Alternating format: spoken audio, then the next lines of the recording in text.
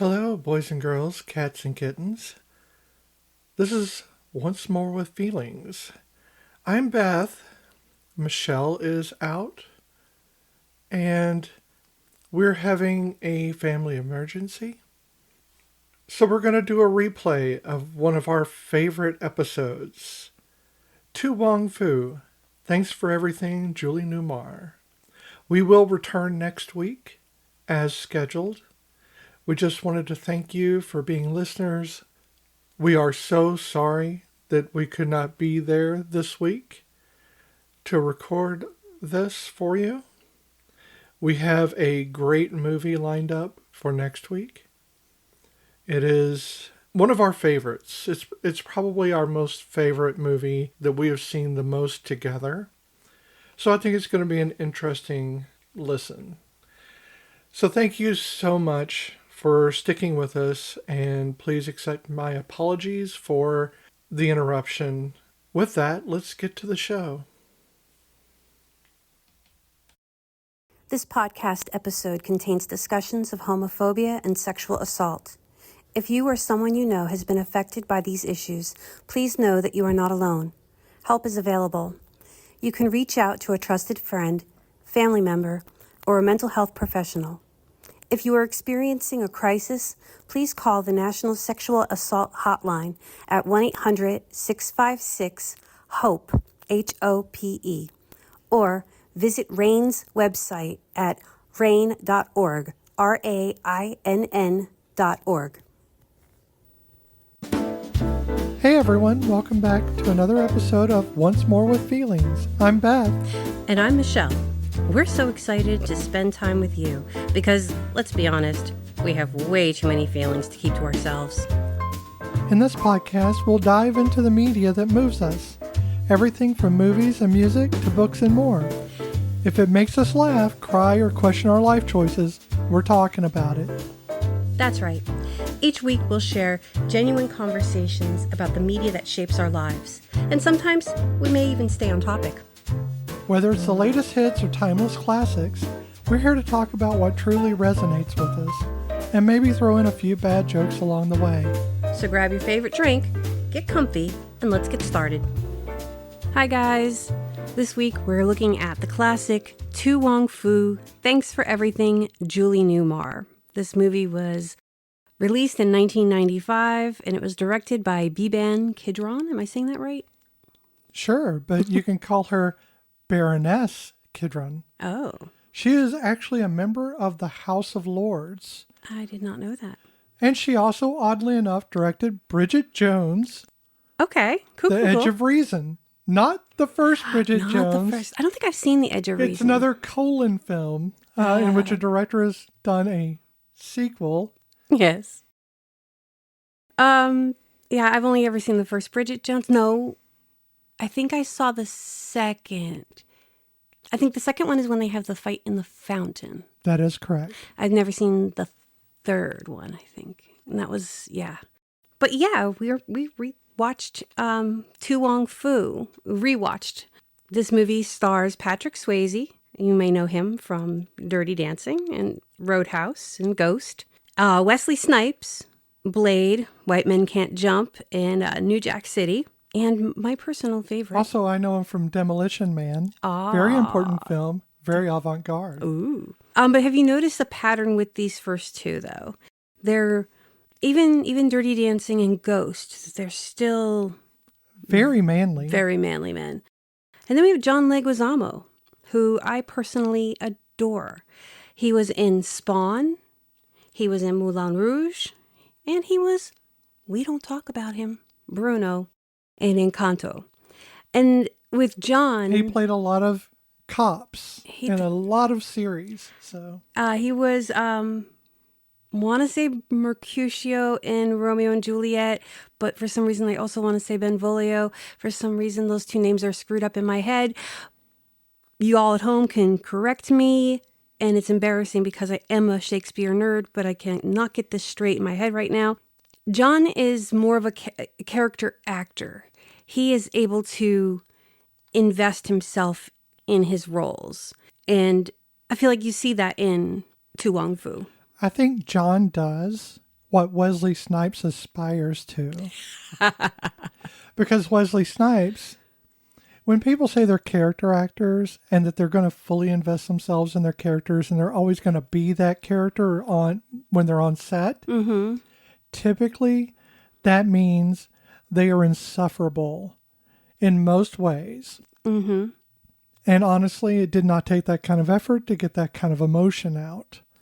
So when someone says they're a character actor, you have to really look at the actor themselves and see whether or not that's just pretentiousness or it actually is a method by which they are acting. In John's case, I believe it's true.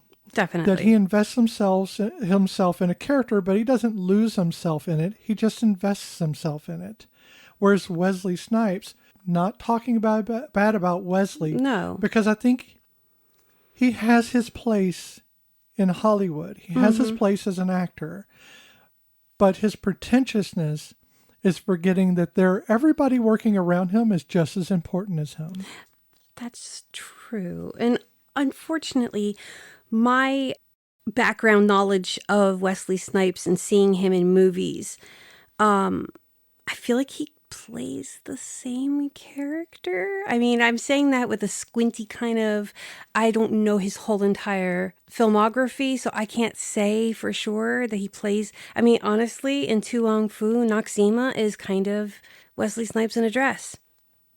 Yeah, I can say even though his characters may be against type at times, Wesley, the actor, is not playing against type. He's still playing himself.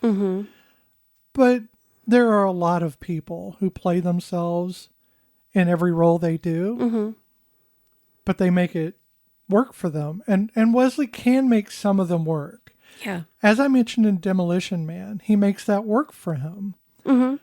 I think if a character is arrogant, he can make that work. Yeah. In this case, as Noxema, I'm not saying he's not making it work, but he doesn't make it seem as if he's ever been on a stage before. Yeah. I think out of the three queens, Vida and Chi-Chi and Noxema, I think that Wesley Snipes' Noxema is the least believable of the three drag queens. I agree. Now, we should preface this by saying, and this is the saddest IMDb description of a movie. 3 drag queens travel cross country until their car breaks down, leaving them stranded in a small town. That was it. Wow. That's as far as it went. This movie... There's a lot more to this movie. Which, if you break it down to its thematic pieces, isn't overreaching, and it is not grand. Oh, no. But there's so many small parts to this movie, so many themes that travel within this movie that if you're not paying attention, you will completely miss it because you're looking at the drag queens. Oh, yeah, definitely. So to say that this is about 3 drag queens traveling cross country is to make it seem like it's a road film when literally there's only been 2 roads in the bloody film. And one of them, you're getting glass thrown at you. So I don't think we can say this is a cross-country road trip film because they don't you're go not very far. Following them on a cross-country road trip. No. You're following them to a small town, which is where we find ourselves through almost the entire movie. Yes. So I agree that Wesley Snipes does not look like he's been on a stage, and he is the one who is, I guess, the focal point of not being polished. And if you plan on watching the movie or you need a reminder, it starts out with a pageant, and that Wesley Snipes' character and Patrick Swayze's character win. They combine, they have a combination, 2 winners, blah, blah, blah. And Chi-Chi loses and is highly, highly upset about that. And they, well, basically it's Vida, which is Patrick Swayze's character. She kind of not manhandles. That wasn't a good word. Well, I mean, we can say manhandle because there's this blurring that I don't like. Okay, as a trans woman, I am not appreciative of the blurring between gay men playing drag queens, or even straight men playing drag queens, and them being used as a, I don't know, the analog for women throughout the film. Yeah. And they're constantly dressed up. Now, I've seen drag queens, they play a performance on a stage. Yes. And then they take their makeup off and they go home and they are gay men or straight men or whatever in their normal everyday lives. Yep. And there are trans drag queens, and they do not stay in drag all the time. No, they get dressed as who they are, not as their performance. Mm-hmm.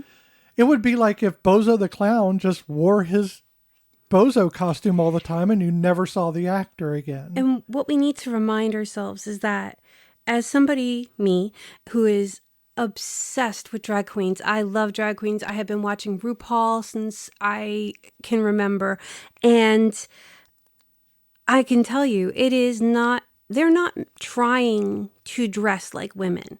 They are trying to dress it's a stylized, kind of avant-garde, outrageous version of femininity.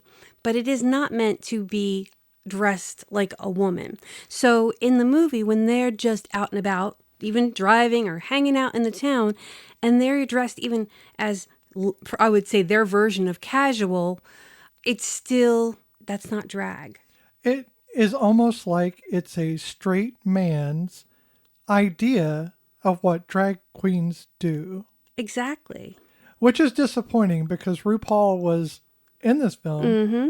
I'm assuming consulted it. You might know better. I do not know if Ru was consulted or just brought in. This is 95. Ru wasn't the big powerhouse that Ru is now.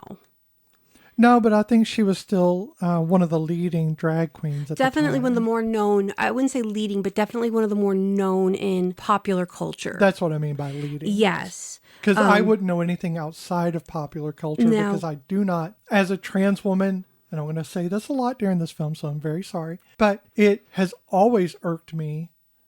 And for a very long time, I had trouble reconciling with drag queens. Mm-hmm. I find it less so now, but I found it yuck. Mm-hmm. It was a tactile feeling that made me feel uncomfortable because men were playing women. Mm-hmm.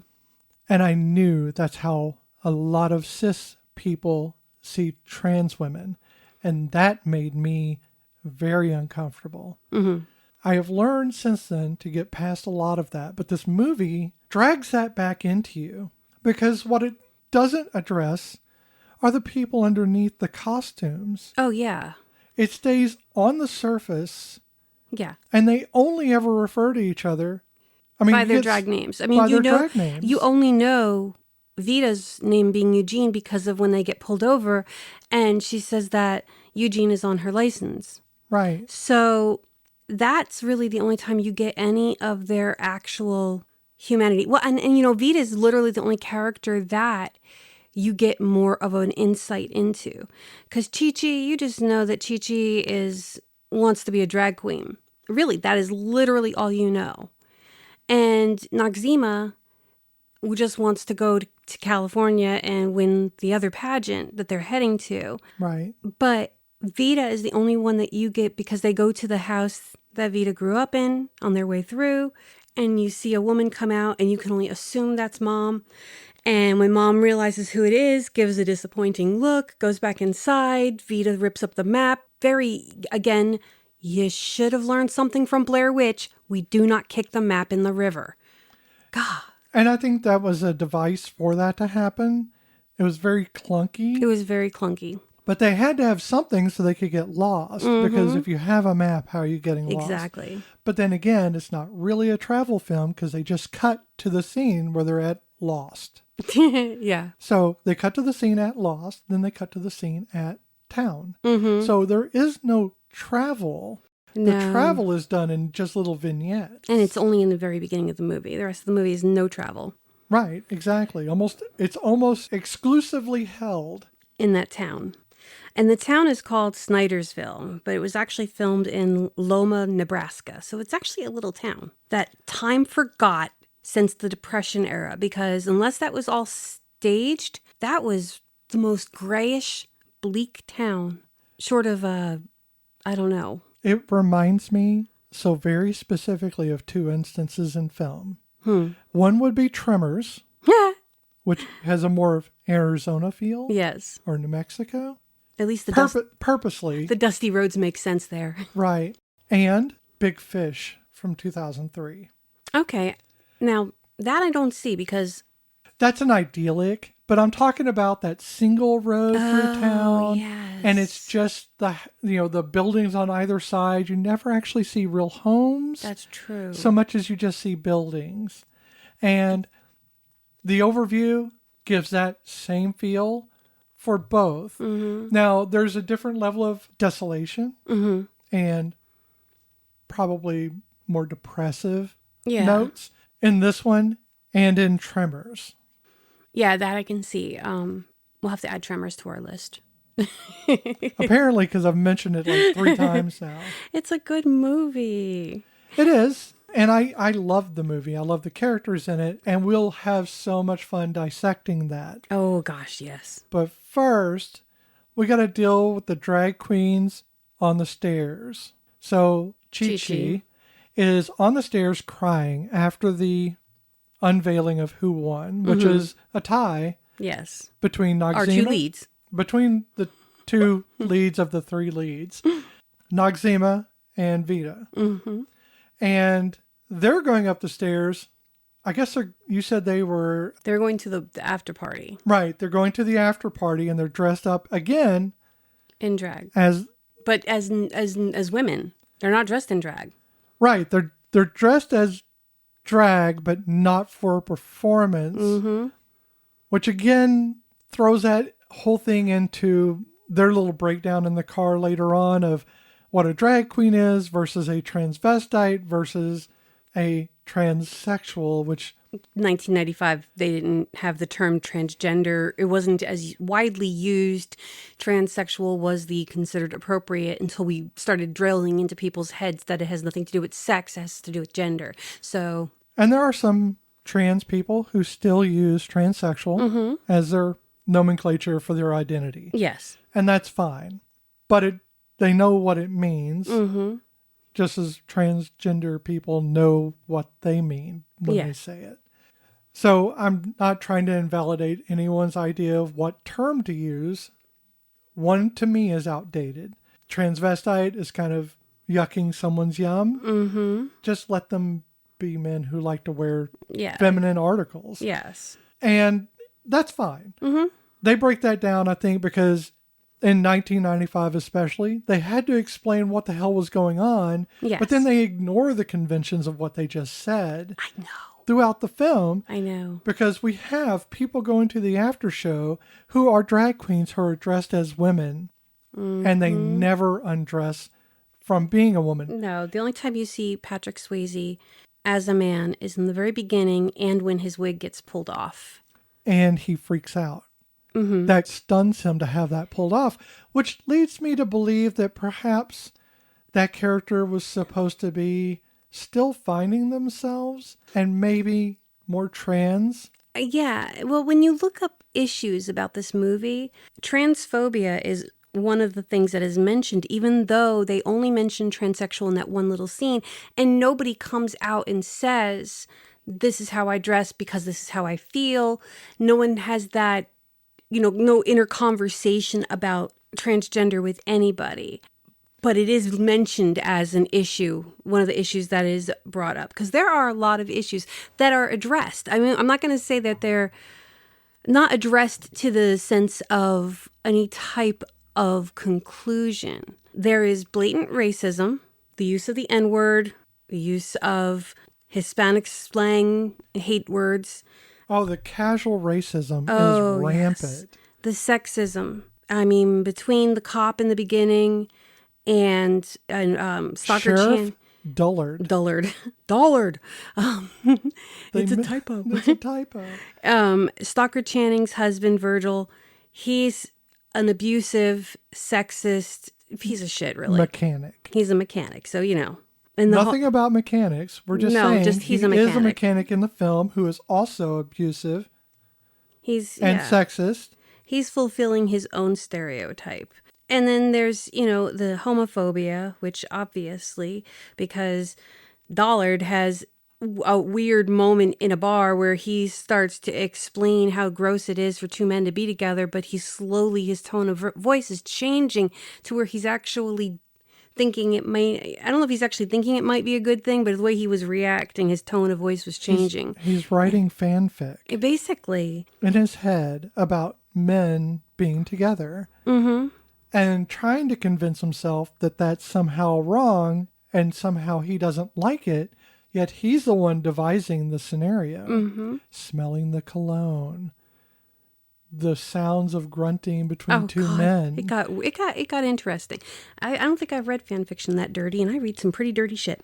He kind of went all in there. He did. At first, I was like, maybe when I first saw the film, I was very uncomfortable. Mm-hmm. Okay, I'll say, I was at home. I watched this on HBO, I believe. We're old. Most things we're going to remember seeing is going to be on HBO. Or Skinamax late at night. And I saw it on HBO, and I wasn't confused about who I was. I just didn't know. I didn't have the verbiage. I did not have the words to say.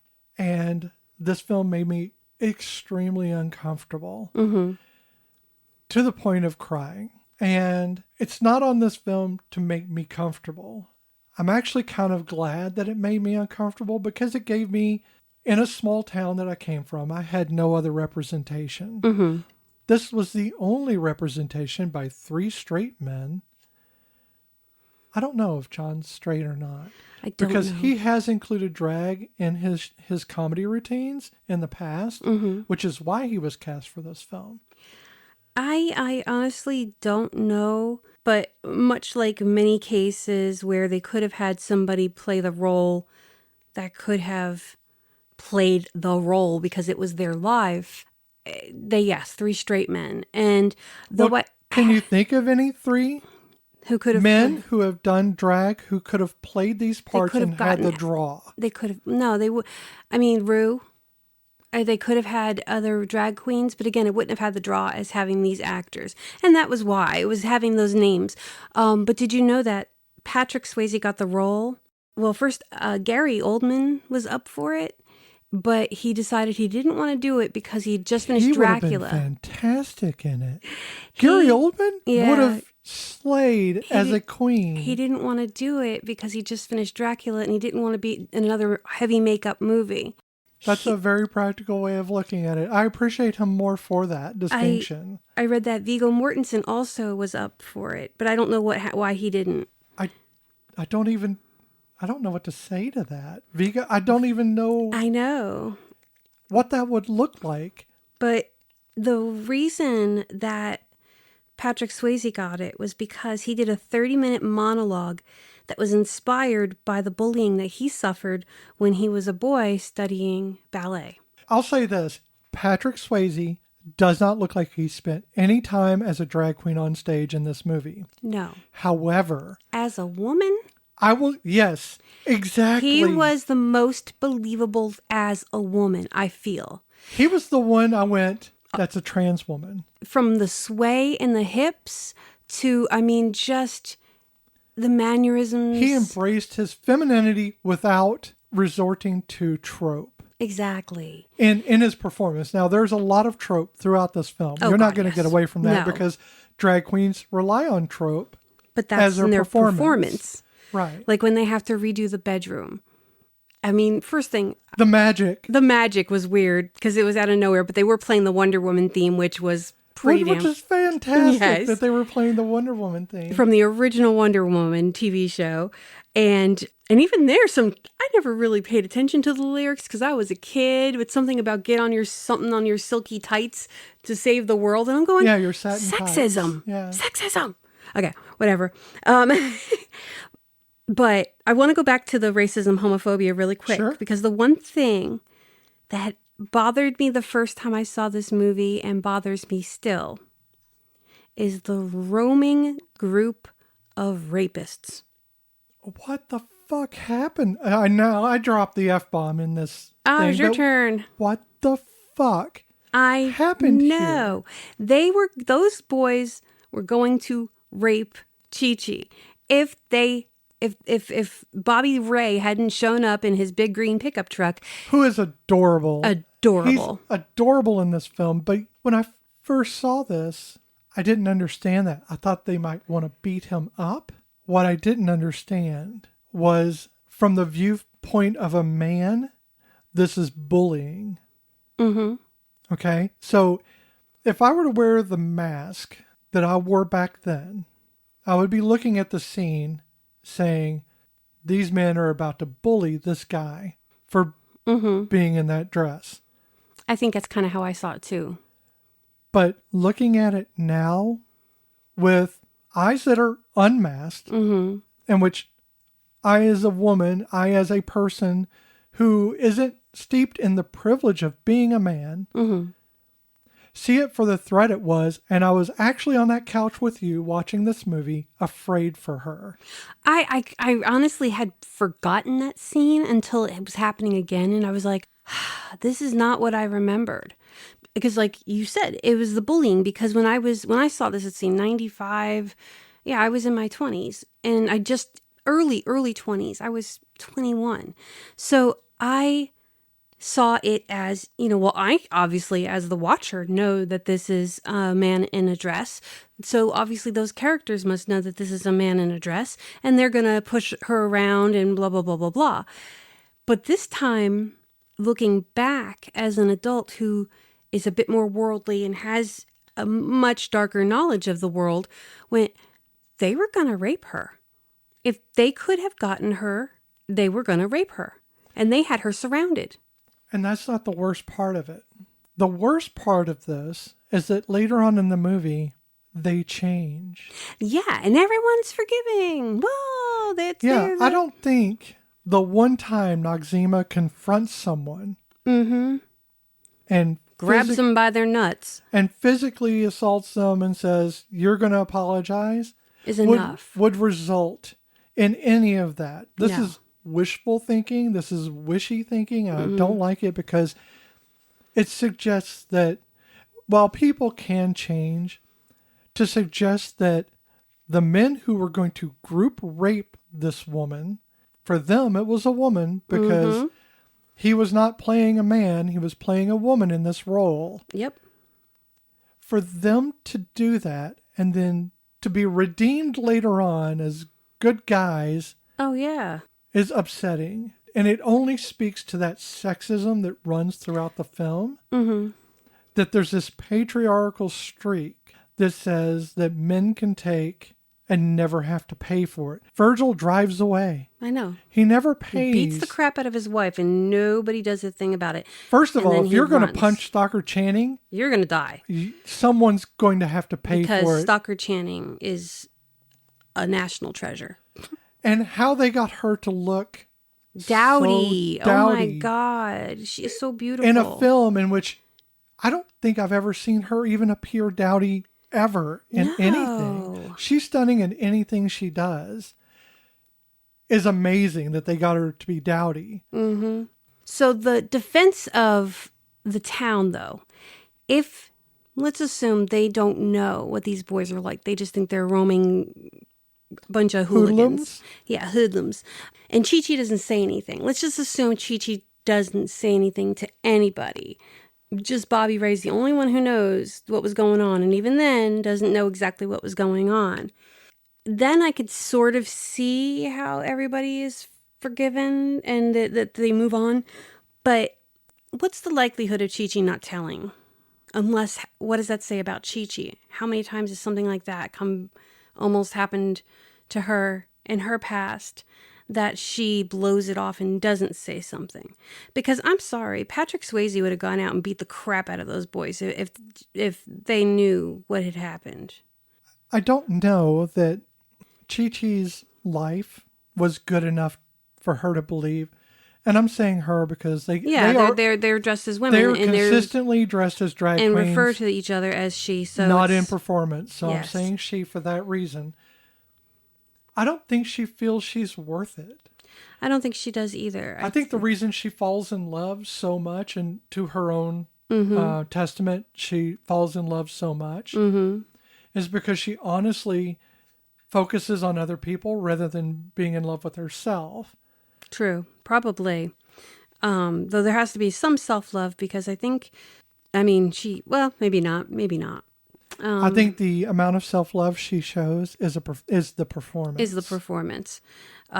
Because if you hear a lot of drag queens, and I'm not saying all of them, but there are a lot of them, they do have very sad childhoods, parents who didn't accept them. And then there are the few who come from beautiful, charmed lives with extreme support and bless them. You just described Celebrity Chef. Yeah, because what was it when we used to watch Chopped, and it was like everybody came from some type of, either they had a dead family member who they were cooking for, or Addicted to drugs. Addicted to drugs. Yeah, there was a lot. It's always something, and that's not bad. No. But it does make you sad for everyone who seeks to be in that spotlight, because whatever it is, whatever demon they have, and I'm saying demon in a very figurative way, that kind of thing haunts you whether you're in the spotlight or not, but it's much bigger in the spotlight. True. So if you have a drug addiction and you become a celebrity chef or a celebrity anything, that becomes a real burden for you. True. And you have to fight even harder. For Chi-Chi, self-love evolves throughout this film. And I think if you take away all of the, purposeful, bad Latina reenactments that John does throughout it, where he's really playing that up. And I'm sure that is the character. Yeah, and I think a lot of it is John Leguizamo. Yeah. I think that once you peel all that away, you have a person who is scared, and there's no recourse but to portray yourself as not scared. And scared, I'm talking about scared of interacting with people, scared of falling in love, scared of showing who you are no matter what. And I think that type of person that he plays evolves through this film at this very small time frame. Yes. But he evolves, and when he does let go of Bobby Ray, I think that's him accepting that he doesn't have to win these little trials every time. Yes. That he can focus on him or herself. Because, again, it's very hard to pull apart these characters. They don't ever undress. They're always dressed in drag. That's true. It bothers me to the point of distraction that the separation isn't there. But I understand the reasons why they had to do it this way, because this it's utterly about sexism. Yes. And you can't have this without your bosom buddies. Yeah. Who are always dressed in drag. Yes. And I think also it's the plot point, really. It's the, if we're not in drag when the car breaks down, then the people in the town aren't going to know. They're going to think we're men, and then we dress up. They're going to think, "Oh, what's going on here?" But we're trying to drag queens. Yeah, but we're trying to pretend that we're women, so we have to carry that through from pageant all the way to the end.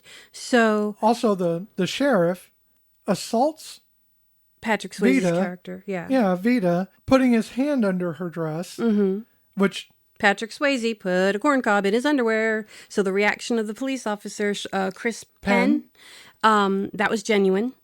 Yeah. So there was that. And then, Vida says, when a lady says no, she means, get your hand off my dick, buddy. Exactly.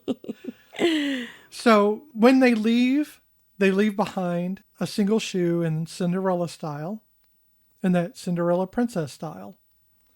It's even a clear shoe. Yes. So we have that. There are a couple, that's there's that Disney reference, but then there's also later on when the three of them are standing on the balcony watching the Strawberry Social. Social, yes. And Vida says it only takes a fairy. And in the three of them standing there are dressed as the three fairies from Sleeping Beauty, Flora, Fauna, and Merryweather in the pink, green, and blue. And I thought the color scheme was spot on. Like, you noticed that. Oh, yeah. Because right the town away. is so gray And then they start bringing little pops of color in. And then like the town by the end is very colorful. And I get that. It's like they brought life back to the town. You know, that the cliche of, you know, just they were the spark. The life. Yeah. Yeah. The fairy godmothers. Yeah, they were the fairy godmothers. So I remember when I first saw this, again, 95, I was really kind of, you know, I knew about drag queens. I knew what they were-ish, but I didn't, like, I always like had that, you know, I appreciate it. I love the beauty of it. I mean, if a drag queen said, hey, can I do your makeup? I would be there in a minute, even though I know it would not be anything I could wear to like work or anything. Oh, my students would love that if I came in wearing drag makeup. They would think it was funny because they wouldn't understand.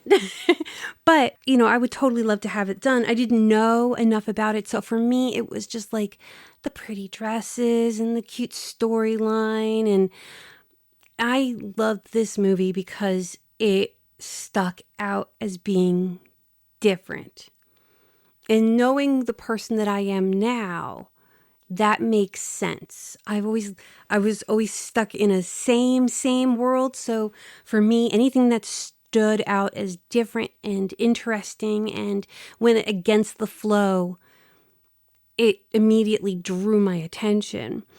But I can't say anything deeper about it then. You know, there was nothing else deep other than it was an entertaining movie and it caught my eye. But now I can look at this movie and I can definitely say that it is very problematic. And again, I love Patrick Swayze. I love John Leguizamo. I tolerate Wesley Snipes. You know my favorite Wesley Snipes scene ever in the history of ever is his little scene at the end of season 1 of What We Do in the Shadows. With the Vampire Council. That's true. That is the only time I'm like, oh yeah, because he's playing Blade. He's playing Blade, and his computer keeps going out, so he's not really there, but he is there, and I'm okay with that. But yeah, I like to think that he did that while he was filming with Deadpool. Oh, I wonder. And the reason why it's a call-in is because he literally filmed it on, you know, in his trailer or something. I don't know, because I don't think that would have coincided in the timeline. I want it to be true. And that's all it has. Okay, so that's your headcanon. It's my head pistol. Your head pistol. So, yeah, I can't look back and I can't say that it was anything deep, but I remember being entertained by it. This time, while I was entertained by moments, I didn't find the movie as endearing as I had in the past. Again, I used to love Chi-Chi, but this time I found Chi-Chi to be like... Vapid? Just cloying isn't the word I'm looking for. Just sickening. I mean... A bit much? No, and it just bothersome. Bothersome. Oh, okay. That's it. Just very, very bothersome. She just irked me in ways that, you know, I don't hate Chi-Chi in any way, shape, or form. But like, I wanted to smack her and be like, will you just stop and listen for a minute? You know? That's true. They're not trying to tell you what to do. I mean, they were telling her what to do, but also listen. I mean, in some ways, Vida, you know, Patrick Swayze's character is the great white leader. Yes. In this film, because racism runs through this. Oh, definitely. And they're very out about it. When it happens, it's very blatant. Mm-hmm. There is no in between. Nope. I said they use the N-word. Which makes sense. And the sexism is there. Mm-hmm. The homophobia, the transphobia. There's a lot that happens in this film. Do I think it's disrespectful to the groups who are part of those marginalized groups? Maybe. I mean... But I think that it's important that we understand. I mean, the person who uses the slurs, I said slang before, I meant slurs, he is the cop who tries to assault Right. Vida. So it is basically to that one person who is being extremely racist. In the town...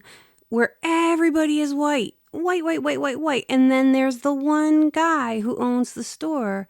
I can't remember the character's name, but you got the town has a token black man too, and the one woman likes him a lot. So the town isn't really, they do consider them exotic. Like they do see Chi-Chi as exotic, but they don't have any like overly racist issues with them.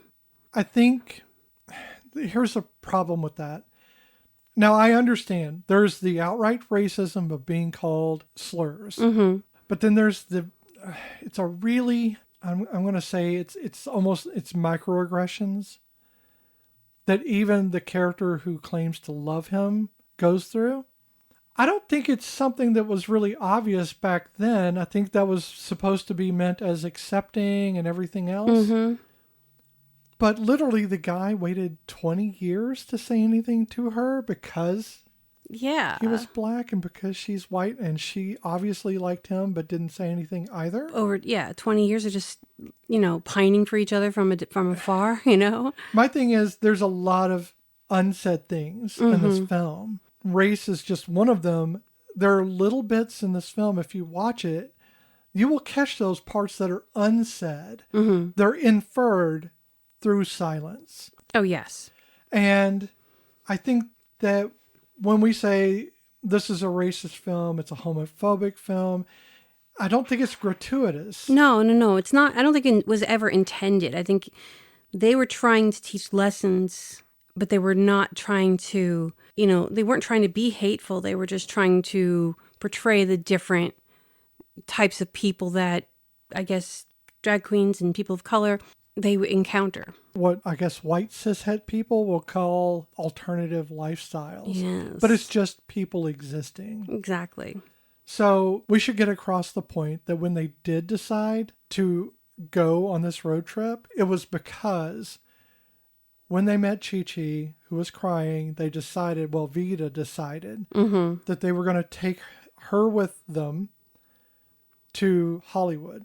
And show her how to be a drag queen. Right, because they won that as a prize. They won 2 tickets as a prize to go to Hollywood and compete. And so they're going to take her with them. In order to do that, they had to use Robin Williams' character. And for the John life Jacob of me, Jingleheimer Schmidt. I cannot remember Robin Williams being in the film, but In every scene, his hat is at a different angle. yeah, it just kept moving. It kept around moving on up his and head. down the brim. It's like it's on a bowl of some kind. Like, I honestly thought they were going to go further with the song. John Jacob Jingleheimer Schmidt. Hey, your name is my name too. Well, Wesley said that. Yeah. Noxzema said that. So he finds the ticket, or he gets the tickets from them, and he tells them, go talk to this guy. He's going to give you a car for $50. I'll give you $1,000 for the tickets. That's how they get the money to travel. Yes. And the reason they broke down is because instead of picking the Toyota Corolla, Which would have gotten them there. which would have been very sturdy, gotten them there, they chose the I don't know what year it was, but convertible. an old convertible Cadillac. Right. So it was a convertible Cadillac that was rusted out. It wasn't the best one. Nope. But for them, it was a all about chariot. style. So they chose that, and they got 2 vignettes away from the city. And that's when it broke down, and the reason why they were in the small town. Do you remember the small town's name? Snyderville. Right. So Snyder was there at some point, but you never see him in the film. I did say it earlier, though, when I said that took place in Loma. Yeah, I'm just saying. You never see Snyder in the film. No, Snyder's not in his film. Okay. I was making a joke about the name of this. And I was lost in the weeds here. I have an issue with something that they say in this movie. And that's because it's, again, opinions. Everyone has one. But this is mine. I don't think Julie Newmar was the best Catwoman. It will always and forever be Eartha Kitt. Yes, but this is not To Wong Foo. Thanks for everything, Eartha Kitt. I know, but they say that she was the best Catwoman. I agree.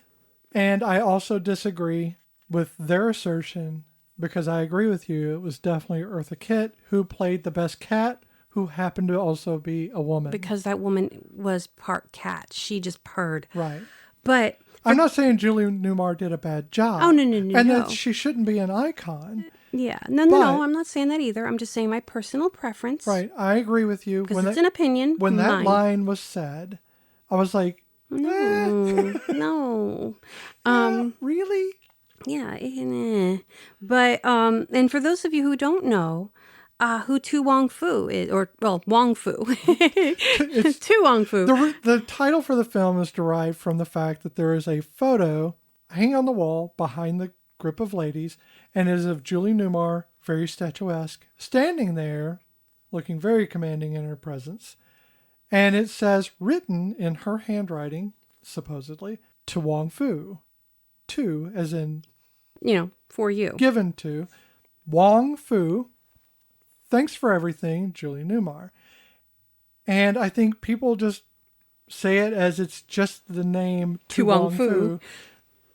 But no, so Wong Foo was actually either the owner or the head chef of the China Kitchen. Oh, that makes sense. I think it's what they call Chinese Kitchen. My brain is, y'all, I have been sick this week. My brain isn't with me. I wouldn't have known that even if I was well. Okay. Well, I mean, it's called research and I didn't write it down. I did research. I still don't have the name of that. So I believe the restaurant closed in 93, but they actually often called him Fooey. So this was actually a real gentleman, and and he had all these pictures of famous people in his restaurant, and they would sign their photos for him, and they were all the people who would come in, and the famous people who came in and signed. Okay. And yeah, so so I don't know if that was a genuine knockoff of it, because obviously they're not going to take the real picture off the wall. That would be really cool. I mean, not cool, but I think it's a theme that kind of runs throughout the film, because even in the small town out in the middle of nowhere, you have a lady who we have a thing now for Alice Drummond. she's now going to be the patron saint of our podcast, because we have now watched 2 movies with her in it, not realizing she was in it, and now we will never not see her in these movies. And that woman has been in a lot of films. A lot of films, very few TV shows, but a lot of films. So Alice Drummond, who is her actual name, the actor, her character has a whole lot of film memorabilia, film photos of actors and actresses and musicals and stuff like that. So she has a lot of things in her home which speak to a life she had before, in which maybe she was in the industry. So that's why it's weird that it correlates to their beginnings. Yes. Photos on the wall. You go to her house in this small town, photos on the wall. Yes. So Wesley Snipes' character, Noxima, wants to go to Hollywood, become a famous actress, and she wants to redo the movies of Dorothy Dandridge, who is her favorite actress. But she did say that Pearl Bailey should also have a national holiday. But she said that, she's going through the different movies and she's talking with Alice Drummond's character, who's at that time doesn't speak to anybody. They said that she hadn't spoken since her husband died. And doesn't hear you. So they think that she doesn't hear them and doesn't speak. Yeah, she's just ignoring them. And she probably feels that nobody has anything to say that she wants to hear. Until Noxima starts talking her language, which is obviously old movies. And this is the part in the film after they have obviously landed in Snydersville and they're having their car fixed. The 3 drag queens kind of start pairing off into their own groups of townspeople. Alice Drummond drops a picture from her photo album and Noxima runs over and grabs it and chases her with it. Miss Clara, that's her name. Miss Clara, that's right.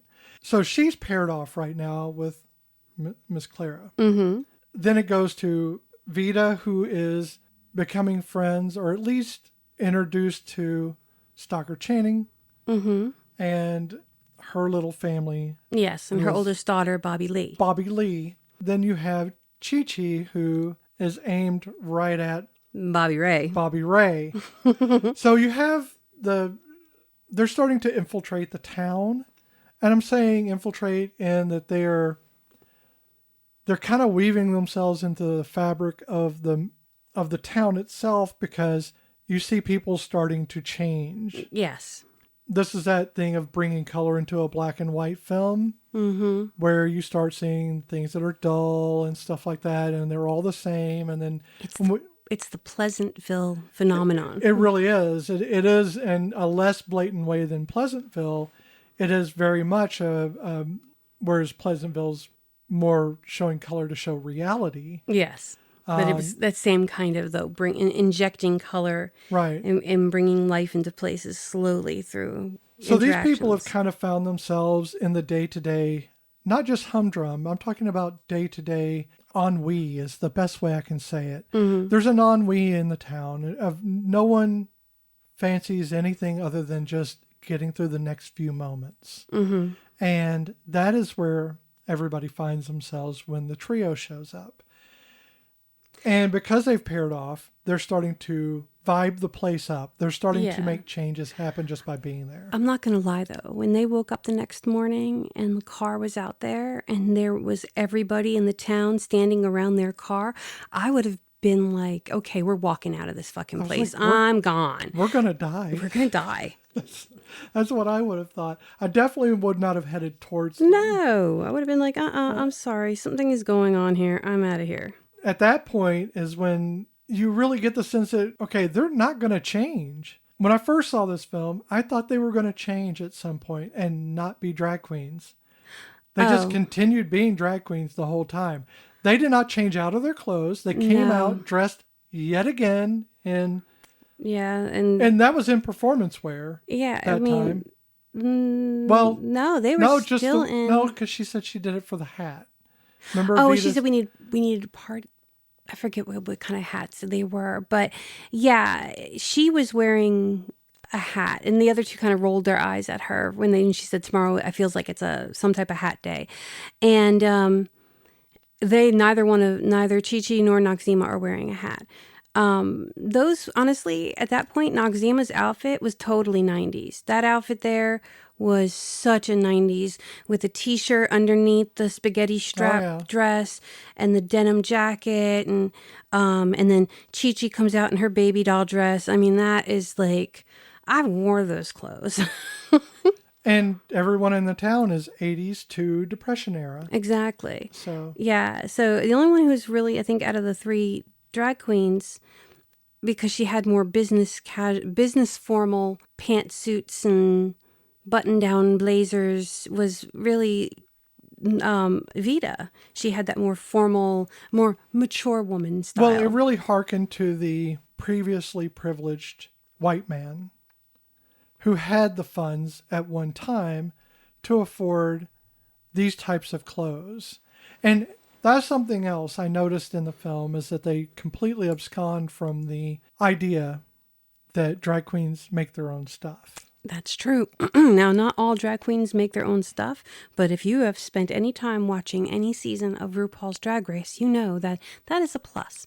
And a lot of drag queens do know how to make their own stuff. Especially if you're poor. Yeah, because that's, if you don't have the funding to go and hire somebody to tailor all your clothes for you, I think that's why Ru always has that on the show as part of, there's always a sewing challenge, because I feel like that's bringing it back to the roots of drag, is making your own stuff. So Vida, I think, is in a lot of ways emulating the trauma from her mother, because a lot of her clothes seem to be styled. Yes, that one little scene that we saw of her mom in her little blazer and skirt, that was very much the style. Maybe she's a little bit more stylized, but she definitely has that same rich look about her. And this is why I get the sense that, because when they're sniping it, when they're Wesley sniping at each other, and they're saying some fairly racist things to each other. Yes. Although I have to say Patrick Swayze's character is probably the worst committer of that, because a white man saying it to marginalized people, not a good optic. We could say it was the 90s. But in the 90s, I wouldn't have said those things to someone. Nope. So that was purposeful. It was meant to hurt. And that's what they were doing it for, because people react that way. And that was one of probably the more realistic depictions. But it made me believe that Patrick's character, Vida, is more trans than drag queen. I wouldn't argue with you that way. I really wouldn't. There's a lot about Vida that definitely, for me, leans towards trans, definitely. you notice neither of the ones, when they got pulled over by the sheriff, the only person who was worried was the white trans woman. Yes, the other two were not even phased. They weren't fazed by it because, not because they weren't going to be asked for their IDs, but because they're drag queens. Showing your ID isn't the issue. Nope. Sure, it can be dangerous, but that can be dangerous anywhere. Why for the specific fear for Vida to show hers? And why did she feel she needed to tell someone, especially a friend of hers, Noxzema, who she has helped build up through her career, didn't know her first name? They've never come out of their drag. See, that's persona? that's the thing. There's so many things that, again, so many things about this movie to love, but so many things about this movie that you have to go, but that doesn't make sense in reality. And again, unless she's a trans woman and doesn't have the real words for that. Transsexual may have been too strong because not every transgender person wants to rearrange their genitals. Not every trans woman or trans person has gender dysphoria. So if you don't have those, and I don't think Vida has a problem with who she is physically, what her body is. I don't think she has that problem. I think she does to a point when she's putting on her stuff. Oh, that is true. She wasn't happy until she had her makeup and her wig on. And she looked down when she was putting on the bustier. She definitely had the look of someone who was not happy with who they were, whereas the other two did not have that. So I have to say that, and I'm certainly not diagnosing this character, but you're led to these places through the script. Yeah. And I can only say that Vida is perhaps a trans woman who hasn't quite found out who they are yet, because they're still reacting to trauma they've had throughout their lives. And one of those is just being a gay man, obviously, in her family. And once you come out like that, it is much harder to say, well, I'm actually not a gay man. I'm a woman. That's a much harder step because coming out as a gay man is already stigmatizing. Yes. And then you're showing them any version of confusion that is created by a cis-normative society. It's not your issue, it's society's issue, and you were brought up in that society to have that confusion. Well, one of the things I found interesting also with that in mind is after they beat the crap out of Virgil for hitting Stalker Channing, they're drinking, and she says, wish all men would disappear, paraphrasing here. And they were like, not all men, because not all men. So, I mean, that was an opportunity where Vida could have been like, yeah. And I think that also showed kind of that knee-jerk reaction. That even if you're masking, because I've said this phrase, and it hurts me to this day to think I've said this phrase to our son. When he was expressing his frustration with society in general, and I would say, not all men. But I was masking then. And I had the privilege of a male presenting person. I was presenting as a man. I didn't see the tree. I didn't see the forest through all the trees. That's my issue.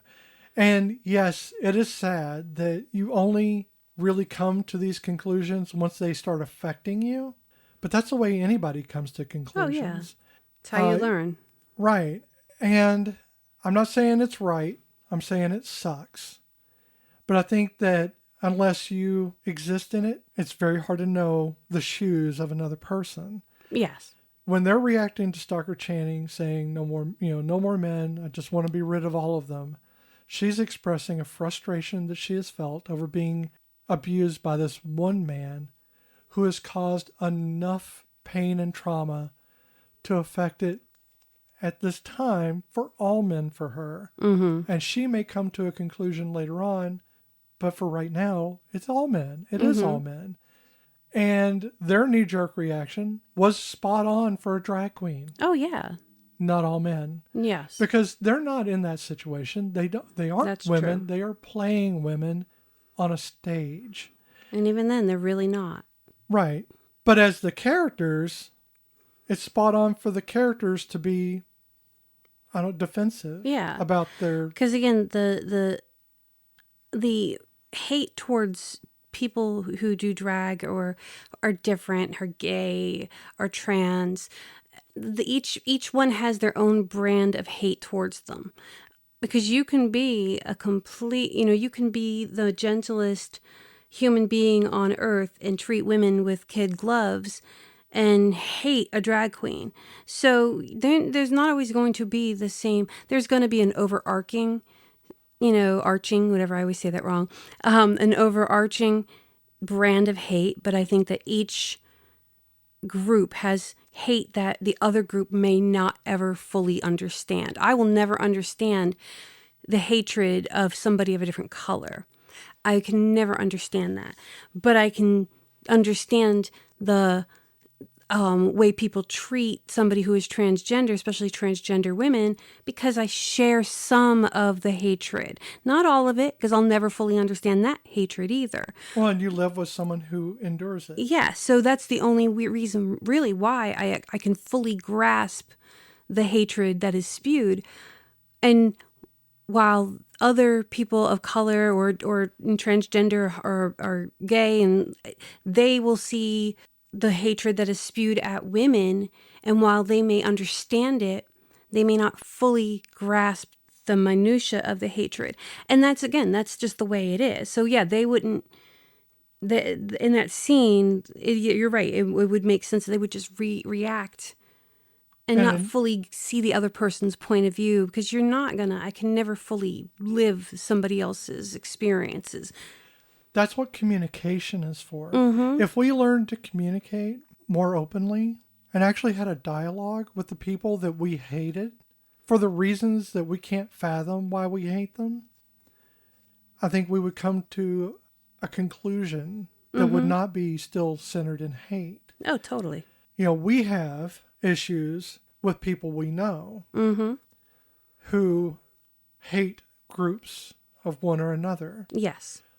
And it's hard for people you love to be so closed-minded, especially when those are the people who taught you to care and taught you to be a better person. And then they're the ones who are not. It's part of being human. I think when I'm going to pull off a little, which for me is funny, a religious analogy here for, not really an analogy, but an example. The Tower of Babel, I don't think it was about communication. It's about lack of communication. Okay. So I think that when we're talking about the differences we have and we're not listening, that's lack of communication. Even if you're talking, even if you're all talking, if you're not listening to each other, you're not having communication. You have to be willing to put yourself literally in their shoes. It is very hard. It is very difficult. It is a learned skill. It is not something you can just do. You have to learn how to listen. I mean, literally, I teach special education, and it's one of the first things that we are taught is one of the most important skills for anybody is communication. And we have to teach communication to some of our students because they don't have a voice or they don't have an ability to tell us what their needs and wants are. And so, yeah, it's such a basic need is to communicate. And that really, that makes sense. If we just communicated, people may be willing, instead of talking at people, talking with people. Because sometimes when you get groups together to talk, because you're going to have these moments where people are going to discuss and we're going to just be honest and tell our sides, they end up talking at each other and not with each other. And I think those conversations should not be held in a forum, but sometimes that's what they do because they want it to be publicized. They want it to be, a big thing that we're going to do this. But I think it needs to be held on a more intimate level. Even though we're trying to change a ton of minds at one time, it really on an intimate level would be better because that's when you're going to have the give and take. And less likely the defenses aren't going to be up because you're not going to be surrounded by your people who are going to be like, I think, like in the trans community, I think a lot of us have like a saying we kind of co-adopt for different things. But if you have a trans friend, you won't be against trans people.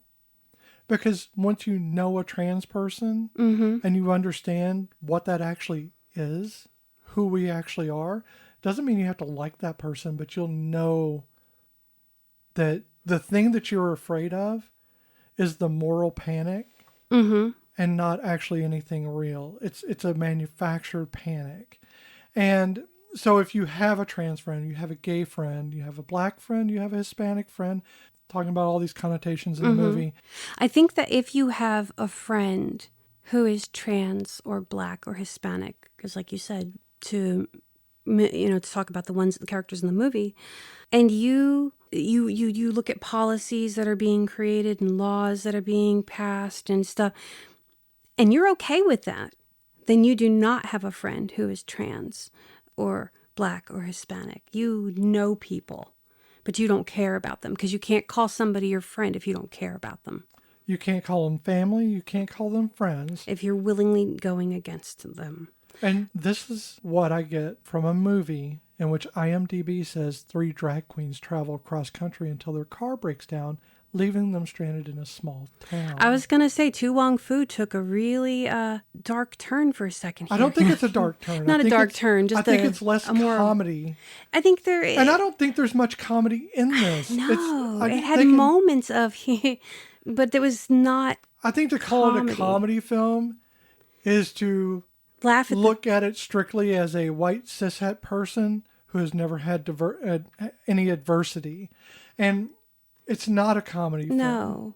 No. And I think also calling it a comedy is seeing 3 known actors dressing as women and having the whole Milton Berle effect of, well, this is funny. Ha ha, they're women, they're men in women's clothes.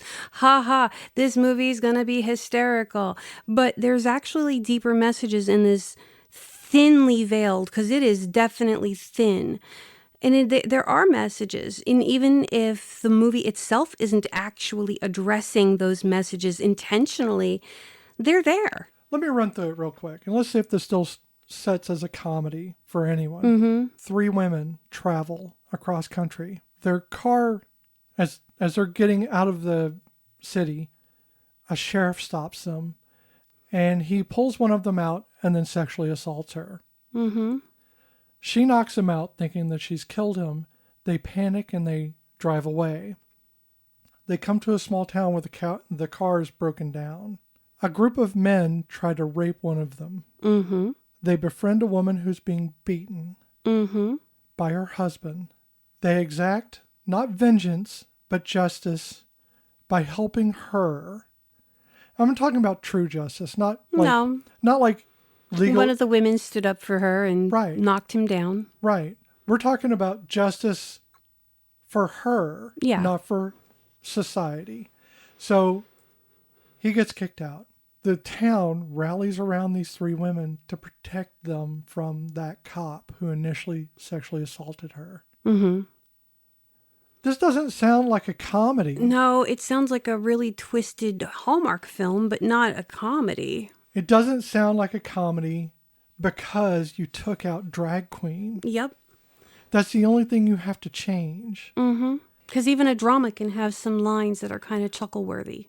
Right. But I don't think that taking drag queen out is necessary to understand that this is not a comedy. No, I agree.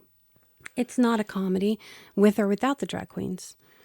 That it is considered a comedy because they are acting as drag queens in this film.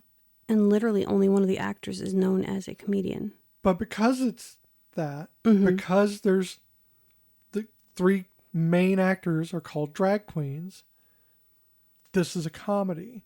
This is something that society shows us. Yep. That this is funny because of work that they do. Yes. That we see as subversive or alternative. Do you think if To Wong Foo came out now, so let's just say we did it with modern actors, So this is a 2000, we'll say 26. We'll give it a couple years for them to do in production. Ooh, in the future. In the future. And let's see, we do Chris Evans as Vida. And who should we have for Noxzema? I keep wanting to say Idra Elbas, but I think he's too big, like too big of a guy. I don't know. Wesley Snipes is very big. Okay, so we'll do very stacked because he's just really handsome. So we'll throw Idra in there because I think he is. Okay, so who could be your twink? Tom Holland, but I wanted to go with Hispanic to do with to fit with the flavor of the movie. Sorry, this is sad. This is what it says about modern Hollywood, that I can't think of a Hispanic man who is skinny. I mean, I keep going to Pedro.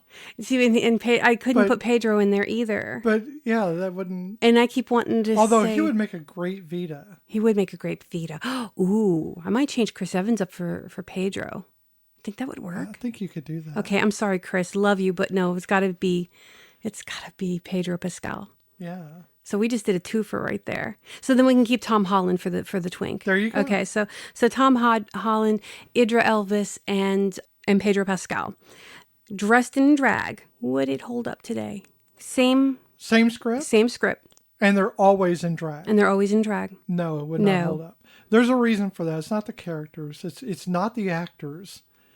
It is the writing. It is the writing. Now, I don't know who did the writing. I'm sure I could look it up, but we're not doing a review, so I did not look that up. I did not either. I just thought it was interesting that their director is a baroness, which I did did not expect. She had her baby during the movie. So in the credits, it is Best Baby is Noah Kidron. Yeah. So here's my thing. This is a small, trite movie. Mm-hmm. If you take it at just the very surface value of the film. Yeah. If you only look at the surface, this is a trite movie about 3 drag queens. It is the IMDb bare minimum. Mm-hmm. If you look at it any deeper, I've been on the edge of tears this whole time. Yeah. If you look at it any deeper and you are not a straight white cishet person, mm-hmm. you will find pieces of this that pull at you.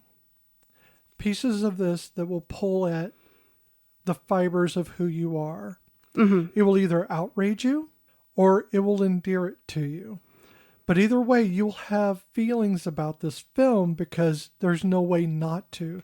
Even as a white cishet person, which are represented in the film as the townsfolk, yes, you should be able to dredge up some feeling for the things that are happening in this film. mm-hmm. Because you can be a white cishet woman and understand exactly what it's like to be predated upon. To have these men not just leering at you, but physically empowered. I mean, honestly, how cute was Stalker Channing's little girl, Bobby Lee? Oh, no, adorable. And I'm sorry, those guys didn't go after her, but they went after Chi-Chi? Yeah, but it is about power and not about... Maybe they were afraid of Virgil. I don't think he cared about his kids, though. I think it's more about repercussions. They felt there'd be less repercussions going after a Hispanic woman who's new to town. True. Rather than someone they know from school. So how many people have passed through that town that they have actually raped? Yeah. You know, there's it's one thing about movies is I tend to think about what happened before and what happened after. I try not to, but that's something. But so what I would like to do is I would love to talk to some of the actual drag queens that were in this movie. And I'm talking about Coco Peru. Coco Peru, who I'm not going to lie, y'all, my interaction and my knowledge of Coco Peru is when she did, I can't remember if she did Vines or YouTube videos, and maybe she still does do YouTube videos, but she talked about the Tension Tama tea. And she went on this mission through Los Angeles to find Celestial Seasons Tension Tamer tea. And I can't say Tension Tamer tea. I know I just said it, but most of the time you can ask Beth. When I'm talking about it, I'll say, oh, you mean the Tension Tamer tea? And that's because of Coco Peru. Head of lettuce. You're really hitting into that Marissa Tomei It's my foot stomping. It is my 'tis my heritage. Yeah. Hedda Lettuce, Candace Kane. But Lady Bunny was in this. Lady Bunny is literally in a scene that you pass by. If you blink, you miss it. But Lady Bunny and Mama Roo. And I would love, first thing I would just love to sit in a room and talk with Roo, just in general, about literally nothing at all. Just talk to RuPaul. But I would really like to know their opinions of this movie now. I mean, in 95, it was probably like, yes, we're going to do a movie. But when RuPaul had that, and there's your example. Perfect right there. That TV show that RuPaul had one season of on Netflix with the kid. Oh, yeah, yeah. None of them traveled in drag. Right. They don't travel in drag. It's not who, it's what they do. It's not who they are. So, I would sit with RuPaul and I would be like, looking back at 95, were you, when you did that movie, how would you feel? How do you feel about it now? Have you done a recent watch? I mean, what's the likelihood of that? But, if you did a recent or did a rewatch, what would you feel about that movie and the messages that it tells and shows? Yes, it is good that it's out there and it's saying to young potential drag queens that, don't give up, you can do this. But it really isn't giving them any type of realism of the drag world. It just used drag queen as a mechanism. It really did. Because again, there's a pageant and then, there's two pageants, but there's nothing of what the pageant world is actually like in drag. And not all queens are pageant queens. So you've got 3 queens. The likelihood of all 3 of those queens being pageant queens, I mean, yes, they met at a pageant, but there are so many different types of drag queens and drag kings out there that I just feel like it didn't really address everything. But again, I think this film was unintentionally very moving, not for the reasons they expected. Exactly. And it definitely wasn't a comedy. Mm-hmm. I don't feel it was a comedy. I can't find the comedy in this. It was a lighthearted film, but I would not call it comedy. And it was lighthearted in the sense that it had some chuckles. Yeah, I think there were moments of lightheartedness. Nobody kissed. And a drama. Nobody kissed. Nobody, I mean, they held hands, but there was no romance in it. There was likes, like, in Stalker Channing says that she loves Vida, but I don't think it's a romantic love. It's definitely a, just, I love you, you're my person. It's a platonic love. And I'm going to also negate something else. I have met women, cis women, who have had Adam's apples. So I hate that whole thing that men only have Adam's apples. There are plenty of cis women with prominent Adam's apples. Yeah, so I really hate that. We have the same biology. Yeah, that's not bones might be a little bit wider because we got to pass a baby through them. And that's pretty much the biggest difference. That's how most of the time they can, and even then they can't always tell because narrow hips exist in women and wide hips exist in men. So again, that is just another cliche of the times. It's a cliche of the times, and it still kind of is upheld, but that's part of that sexism and everything else. And the belief that there are fewer ribs, and there's a whole lot of misinformation that people just wholeheartedly believe. Mm-hmm. So I think that when you look at this film as a whole, it's hard to see the comedy, but it's very easy to see why someone labels it a comedy. If you take away everything but the drag queens, you can go, oh, okay, that's supposed to be the funny part, is that they're drag queens. Yeah. But what I see is people who are not part of society that have to exist outside of it. Mm-hmm. Even the white guy in it has to exist outside of it. He cannot exist with his family. He cannot exist as part of the world he grew up in. He exists in a small apartment in which he dresses up so that he can go out and perform. Yep. I think that if you take all of this and you watch this film with open eyes and an open heart, you don't need the comedy, but you can understand it for what it is. An unintentional masterpiece of emotional discourse. Definitely. Much like Reefer Madness is an unintentional comedy, This is an unintentional drama. Yeah.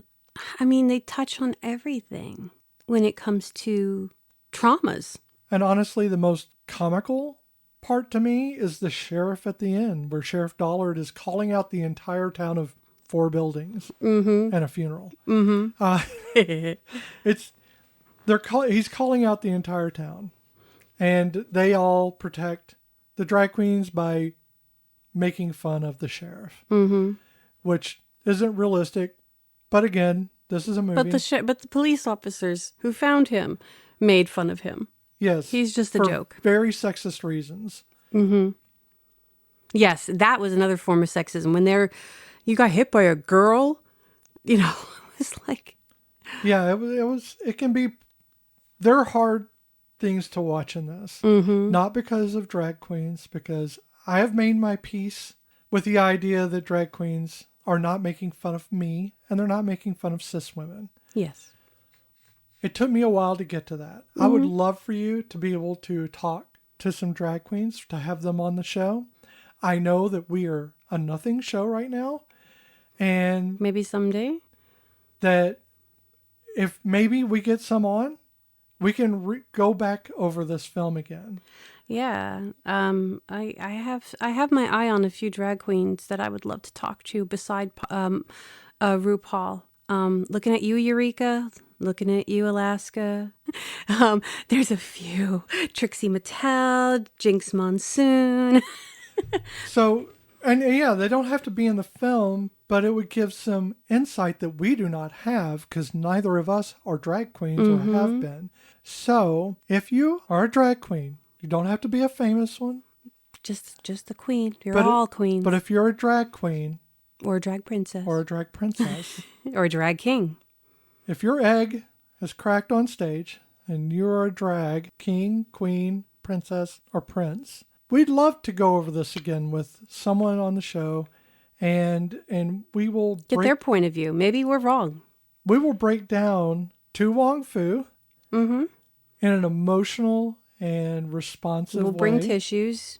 Yeah, we'll bring the tissues, because I am on the verge of tears this whole time, because I am emotional. But there are plenty of reasons to be emotional in this film. No, I agree. So given all of that, let's see how this movie stacks up against the Castellini test. Okay. 2 named female characters. At least 2 female characters must be named and have 5 lines of dialogue each. Well, all the female characters have names. And unfortunately, I can't remember all the character names, but the blonde who likes the store guy. Right? The store guy, that's right. She has a lot of lines because she's giving him all the dirt. She's giving them all. She gives the drag queens all the dirt on the town. Right. And it's funny gossip. how she said that one woman was an alcoholic, and yet you never see her drink. That's true. But so she has a few lines. I would say Alice Drummond's character, because we do see Miss Clara, but she really doesn't say much. But that's because her character doesn't really say much. Stalker Channing's character has a lot of lines. Bobby Lee has a lot of lines. So we do have a lot of women having more than 5 lines. So there's that. So we have step 1 is affirmative. Conversation. The characters must have a conversation, but it doesn't have to be with the other woman. Well, Stalker Channing and Patrick Swayze have conversations. That's true. Wesley Snipes and Alice Drummond, even though, again, it's mostly one-sided. We might have to negate that, because the woman isn't actually having a conversation. She's just listening. But then she does add stuff into the conversation. Later on, she says a couple of words, yes. Okay. Patrick Swayze and Bobby Lee. Okay. Yeah. Now, granted, they are talking about a boy, but mostly about what you want in this world. But and not. That's okay, because for this step, it doesn't require what they're talking about. So it passes I step think it 2. does. So the third and final is integral to the plot. At least one of the women must be essential to the plot, meaning that the movie would not have the same ending if she were removed. Okay, so let's say none of the other women. If they were all gone, it wouldn't matter. Stalker Channing's character, I don't think it would change too much, unfortunately. Cause if you take away Virgil everything about the movie dick. but the plot The plot is, unfortunately, 3 drag queens take a trip. Mm-hmm. That's it. Yeah, the movie would still go on. Right. So despite the fact that this is so heavily geared towards empowering women in the film, Mm-hmm. it is a result of 3 men who have a profession as drag queens. Is it feminist? I mean, I think there are feminist designs, I don't think it but I don't think fits it's a feminist movie. a representation of women in film, but I think it fails the Castellini test Mm-hmm. on that one point. But I And think as far as feminism being displayed, mm-hmm. I think it kind of is. I think it wanted to be. I don't think it knew how. So just to remind everybody, feminism isn't necessarily about women. Feminism is about equality. So it would mean that women and men would have the same amount of airtime. It would be Or equity. an equity. Yes. Yeah, the equity of the movie. So again, having Stockard Channing's character as maybe a plot point towards with Vida and her, saving her character from the abusive husband. Yeah, that wouldn't change how the other 2 characters interacted with the town. And it doesn't change the outcome. It doesn't change the outcome. They would still go to LA. They would still meet Julie Newmar, and Chi-Chi would still win. Are they going to be better people having done this? I don't think it made them better people either way. Right. I think they left Snyderville as the same people as they came. Yeah, but Maybe what I'm saying is, Chi-Chi. no, I was actually talking about not the drag queens, the townspeople. I think they probably would. I think because like I said, Chi-Chi and Noxzema would have gone off and still have done their things, and maybe Vida would have found somebody else. I think the townspeople improved.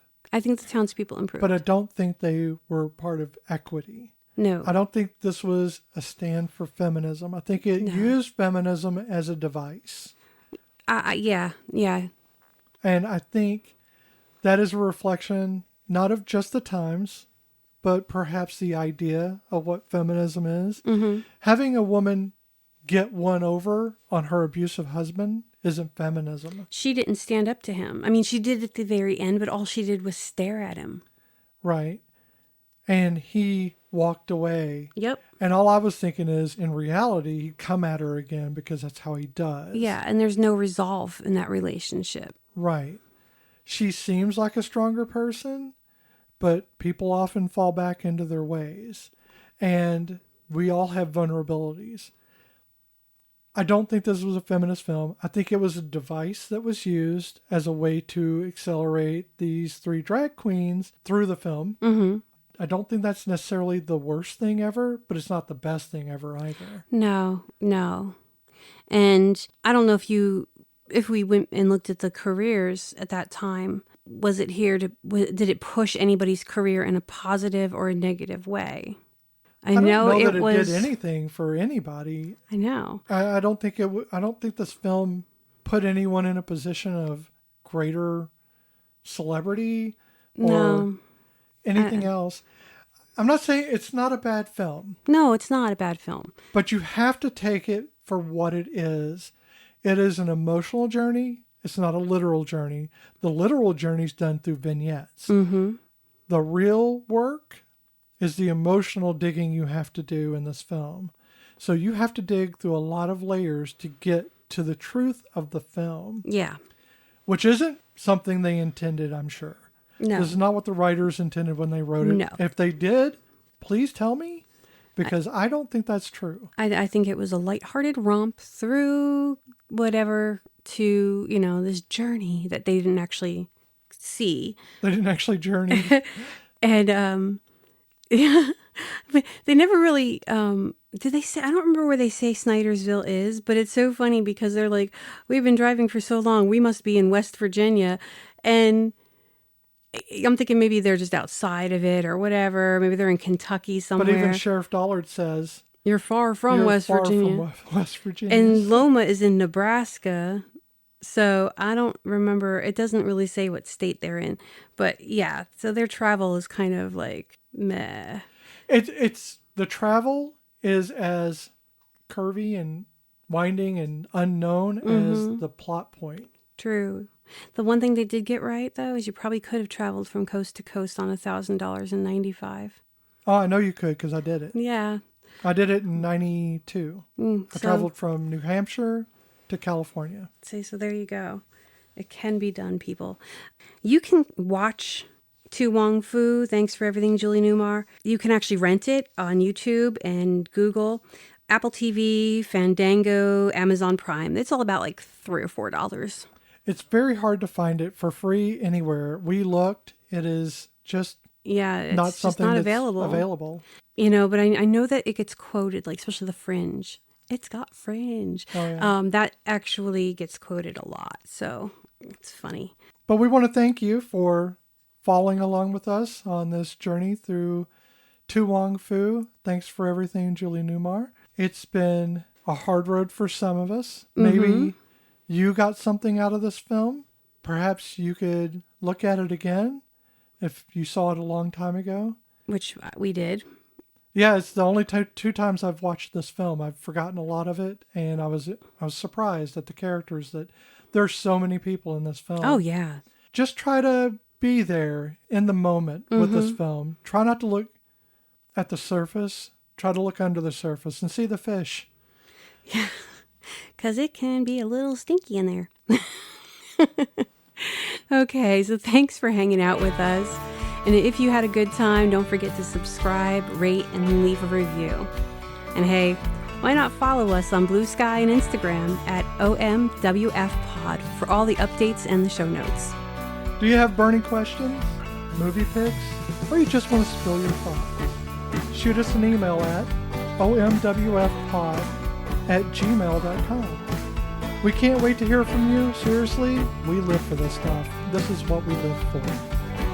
And this has been Once More with Feelings. I'll tell you one thing, when the Founding Fathers wrote the Declaration of Independence and the Constitution and what have you, liberty and justice for all, they didn't mean. Well, I can tell you one thing about them Founding Fathers of America. What's that? They sure had fabulous wigs.